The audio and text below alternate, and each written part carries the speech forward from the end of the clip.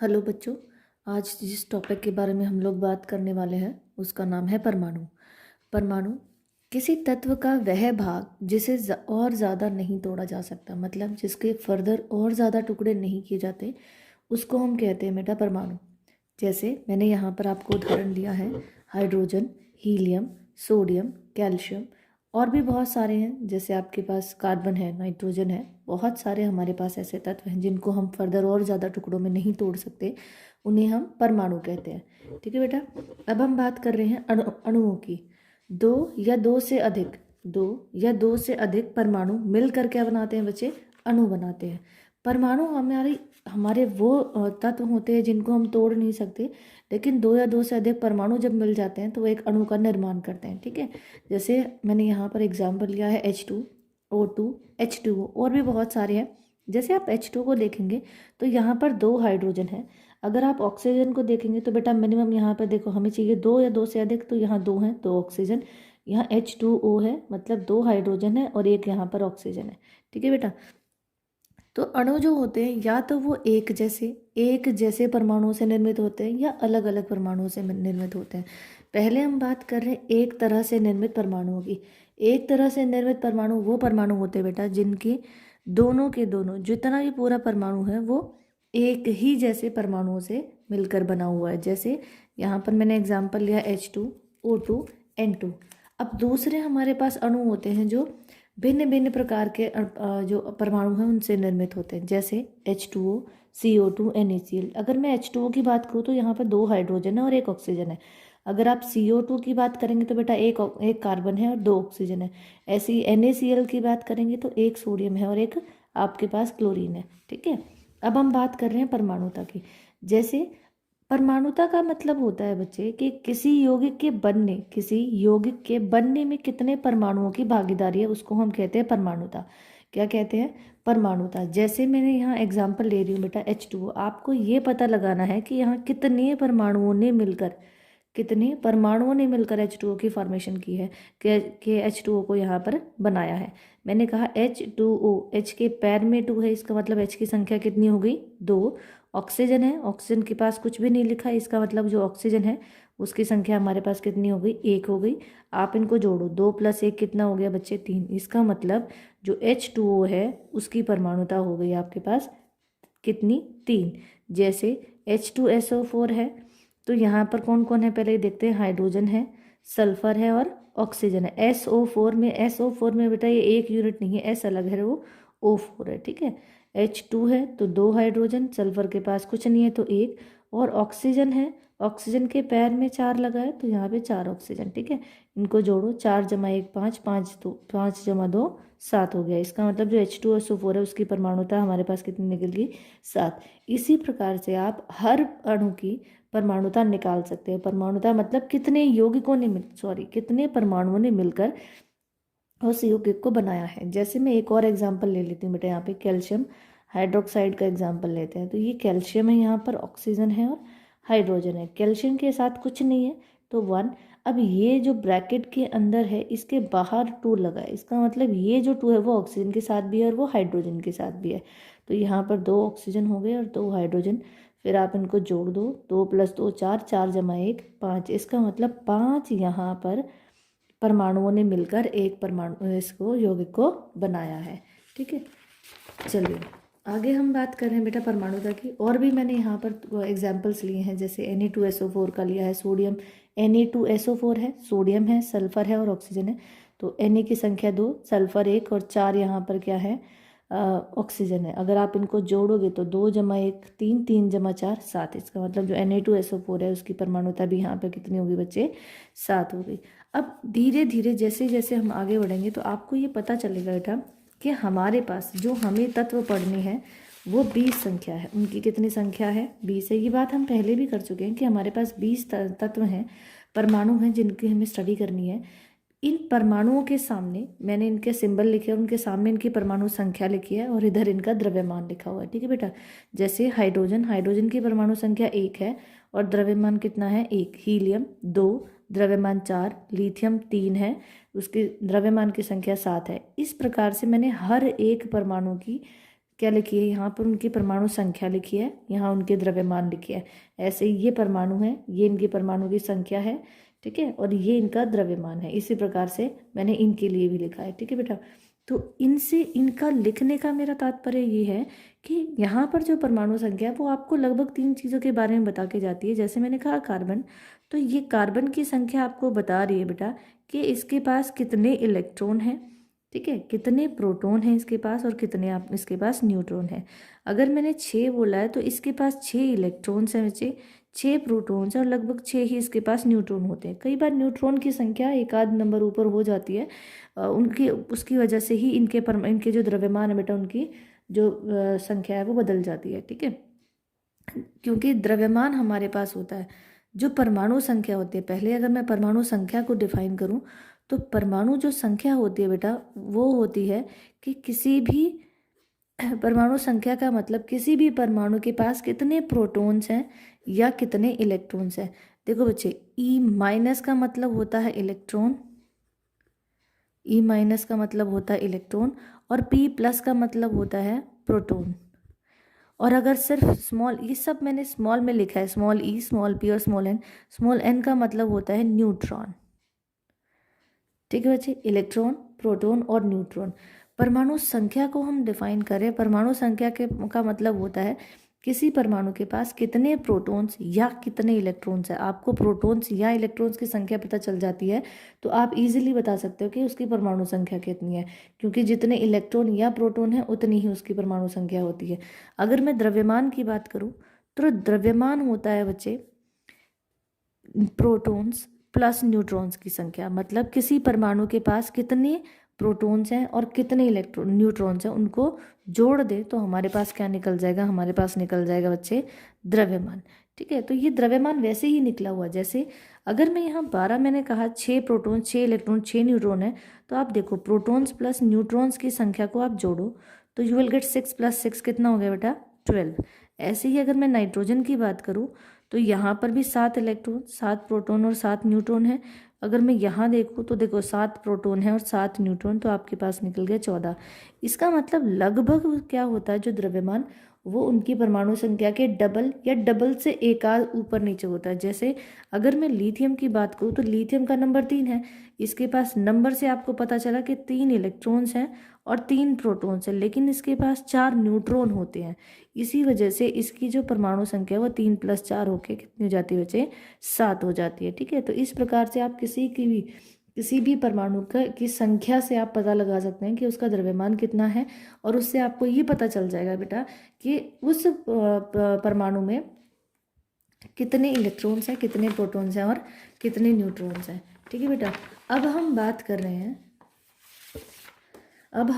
रहे हैं किसकी, जो रासायनिक कोई भी अभिक्रिया होती है, कोई भी अगर रासायनिक अभिक्रिया होती है तो वो वहाँ कोई भी रासायनिक संयोजन होने से पहले, यौगिक बनने से पहले 2 चीज़ों का हमेशा जो रूल है वो फॉलो किया जाता है। पहला जो रूल है बच्चे वो है द्रव्यमान संरक्षण का नियम। किसका नियम है, द्रव्यमान के संरक्षण का नियम। संरक्षण का मतलब होता है कि अगर कोई भी अभिक्रिया हो रही है, जैसे कोई रासायनिक अभिक्रिया है यहाँ पर देखो बेटा, ये मैंने एक अभिक्रिया लिखी है जनरल, A + B आपको मिलकर AB बना रहा है, ठीक है। यहाँ ये जो एरो होती है इसकी एक राइट हैंड साइड होती है, एक लेफ्ट हैंड साइड होती है।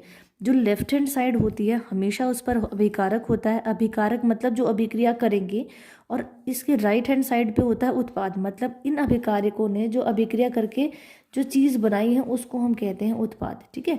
तो यहाँ पहला नियम है द्रव्यमान संरक्षण का नियम। द्रव्यमान संरक्षण का नियम ये कहता है कि अभिकारक यहाँ जो अभिकारक का द्रव्यमान है, अगर आप उनको जोड़ोगे और जो यहाँ उत्पाद बनने के बाद जो उत्पाद बना है अभिक्रिया करने के बाद उसका जो द्रव्यमान है, उनको अगर आप जोड़ते हो तो दोनों बराबर रहेंगे। मतलब यहाँ जो द्रव्यमान निकलेगा उसकी संख्या भी उत्पाद के द्रव्यमान की संख्या के बराबर होगी। तो जैसे मैंने यहाँ एग्जाम्पल लिया, आपके पास है 2H2 + O2 गैस, आपको क्या दे रहा है 2H2O दे रहा है। तो यहाँ पर इसका द्रव्यमान निकालेंगे पहले। यहाँ पे 2H2 है बेटा, तो ये कितने हाइड्रोजन है, पहले तो देखो ये 2 लिखा हुआ है, फिर इसके पैर में तो 2 गुना 2 हो गया गुना H, मतलब 4 आपके पास हाइड्रोजन है और 2 ऑक्सीजन है। अगर 4 की बात करें तो यहाँ पर 4 हाइड्रोजन की संख्या कितनी होती है बेटा, द्रव्यमान 1 होता है, तो 4 गुना 1 करेंगे तो 4 रह जाएगा।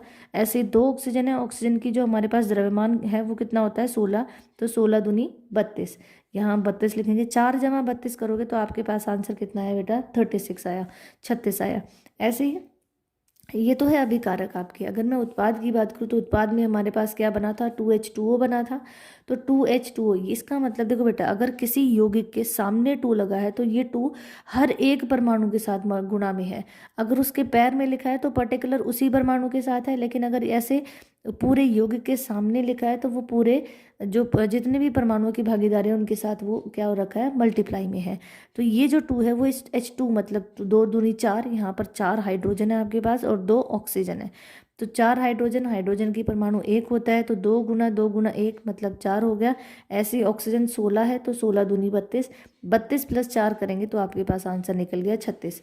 ये कहता है संरक्षण का नियम कि अगर अभिकारक में जो द्रव्यमान है, अभिकारकों का जो द्रव्यमान है वही द्रव्यमान आपके किसके उत्पाद का द्रव्यमान भी होगा। अगर ये संख्या बराबर आती है इसका मतलब यहाँ पर द्रव्यमान के संरक्षण का जो नियम है उसको फॉलो किया गया है। जैसे मैंने एक और एग्जाम्पल लिया है, NaCl प्लस HCl, आपके पास NaCl प्लस H2O बन रहा है। आपके पास पहले यहाँ जितने भी आपके पास परमाणु दिए हुए हैं उनको लिख लेते हैं। सोडियम है, ऑक्सीजन है, हाइड्रोजन है और Cl है। सोडियम 1 था, ऑक्सीजन 1 है, हाइड्रोजन देखो बेटा एक यहाँ पर एक यहाँ पर, तो 2 हाइड्रोजन और 1 क्लोरीन हो गया। सोडियम की संख्या 23 होती है, ऑक्सीजन 16 होता है, 2 हाइड्रोजन मतलब 2 गुना 1 2 बन गया। और यहाँ क्लोरीन की जो द्रव्यमान की संख्या होती है वो 35 होती है। अगर आप इनको जोड़ेंगे तो इनको जोड़ने से आपको मिलेगा 76, ठीक है। ऐसे ही यहाँ पर देखो बेटा, सोडियम है, ऑक्सीजन है, 2 हाइड्रोजन और 1 क्लोरीन है, ठीक है। तो सोडियम की संख्या 23 है, क्लोरीन आपका 16 है, हाइड्रोजन 2 थे तो 2 इंटू 1 2 हो जाएगा। ऐसे ही ऑक्सीजन क्लोरीन जो है वो 35 है। आप इनको जोड़ेंगे तो ये भी कितना आ रहा है 76। इसका मतलब जो दोनों आपके पास left and right hand side दोनों बराबर हो गई। इसका मतलब ये जो आपका ये जो इक्वेशन हमने यहाँ पर दी हुई है ये द्रव्यमान के संरक्षण के नियम को फॉलो कर रही है, ठीक है बेटा। चलिए, ये तो था हमारा द्रव्यमान संरक्षण का नियम। अब हम बात कर रहे हैं बेटा दूसरे नियम की, जिसमें है स्थिर अनुपात का नियम। स्थिर अनुपात का नियम का मतलब होता है बेटा, जो यौगिक होता है, जो भी यौगिक परमाणु मिलकर जो यौगिक बनाते हैं उसके परमाणुओं का अनुपात क्या रहेगा, हमेशा बराबर रहेगा। जैसे यहाँ पर मैंने जल का एग्जाम्पल लिया H2O, आप पानी की एक बूंद लें या पूरा समंदर देखें, उसमें H2O के का जो अनुपात है, जो परमाणु का अनुपात है वो हमेशा सेम रहेगा कहीं पर भी हो। जैसे H2O है तो H2O का मतलब 2 हाइड्रोजन है यहाँ पर, फिर हमें अनुपात निकालना है किसके साथ, ऑक्सीजन के साथ, क्योंकि एक इसके पास 2 हाइड्रोजन है और 1 ऑक्सीजन है। तो हाइड्रोजन का द्रव्यमान 1 होता है तो बेटा ये 2 हो गया। ऑक्सीजन का द्रव्यमान 16 होता है। अगर आप 2 अनुपात 16 करेंगे तो 2 एकम 2, 2 अठे 16, तो 1 अनुपात कितना निकल गया 8। आप कहीं पर भी चले जाओ बेटा, आप कितना ही पानी ले लो, उसके जो परमाणुओं का जो अनुपात है वो हमेशा स्थिर रहेगा, ठीक है। इसको निकालने का फॉर्मूला ऐसे, या तो आप ऐसे निकाल सकते हैं, या MH होता है, मतलब मास, ये होता है द्रव्यमान ऑफ हाइड्रोजन और द्रव्यमान ऑफ ऑक्सीजन। द्रव्यमान ऑफ हाइड्रोजन हमारे पास 2 निकला यहाँ पर, और द्रव्यमान ऑफ ऑक्सीजन हमारे पास कितना निकला बेटा 16 निकला। तो 2 एकम 2, 2 अठे 16, 1/8 मतलब 1:8 आपके पास ये निकल गया।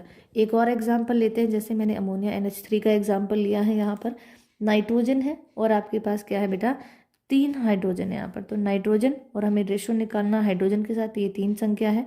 नाइट्रोजन का जो द्रव्यमान होता है वो कितना होता है 14। यस, कितना होता है बच्चे 14 होता है। ऐसे 3 हाइड्रोजन तो 3 गुना 1, तो ये जो अनुपात है वो निकल के आया 14:3।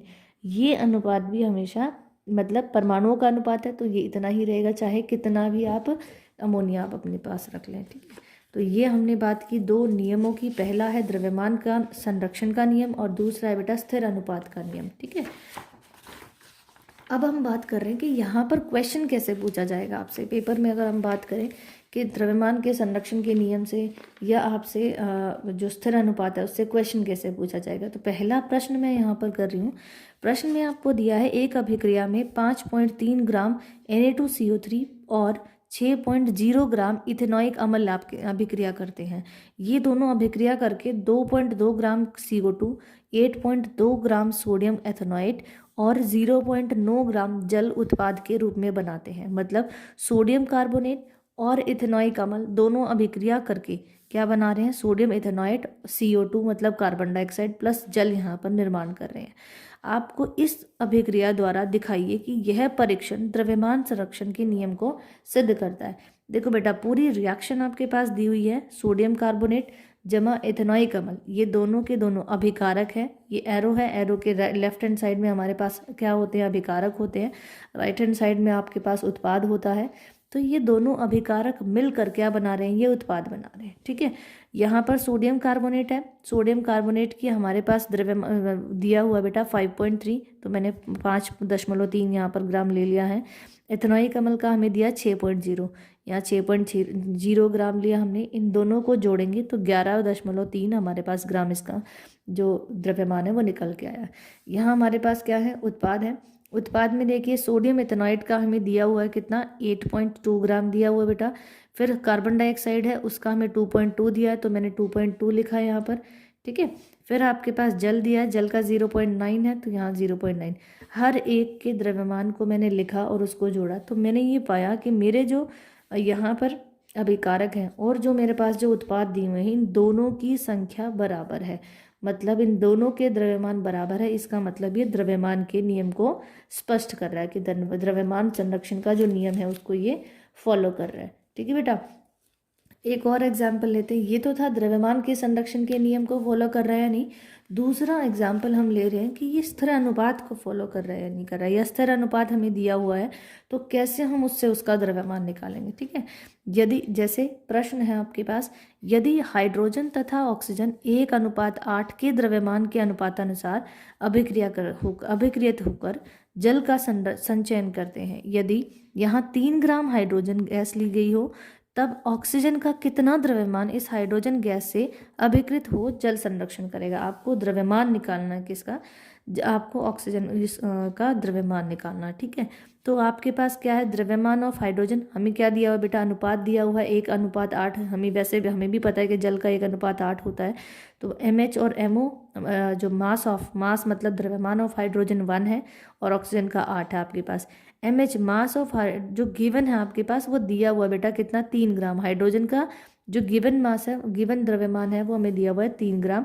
आपको निकालना कि इसका O का निकालना है। ठीक है, तो MH हमारे पास फॉर्मूला होता है बच्चे MH/MO और ये हमें दिया है 1/8। MH की वैल्यू हमें दी है कितनी, 3।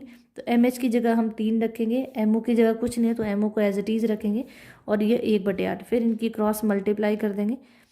जैसे हम सॉल्व करते हैं मैथ्स में अपनी चीज़ों को, तो 8 तिया 24 हो जाएगा, यहाँ पर 3 × 8 और यहाँ MO हो जाएगा। तो ये आ गया MO मतलब मास द्रव्यमान ऑफ जो आपके पास ऑक्सीजन है वो निकल गया कितना, 24। ठीक है, तो इस प्रकार से आप कोई भी क्वेश्चन इसका सॉल्व कर सकते हैं जिसमें आपको चाहे द्रव्यमान के संरक्षण के नियम के बारे में पूछा हो या चाहे डायरेक्टली द्रव्यमान का संरक्षण निकालना आ जाए आपके पास किसी भी प्रश्न में, या आपके पास अनुपात दिया हो तब आपके पास द्रव्यमान निकालना आ जाए। तो इस प्रकार से आप अपने द्रव्यमान के संरक्षण के नियम को भी स्पष्ट कर सकते हैं। ठीक है बेटा, तो आज के लिए इतना ही। आई होप आपको समझ आया होगा। अगर आपको मेरी वीडियो पसंद आ रही है बेटा तो आप मेरे चैनल को सब्सक्राइब कर सकते हैं for more videos. Thank you.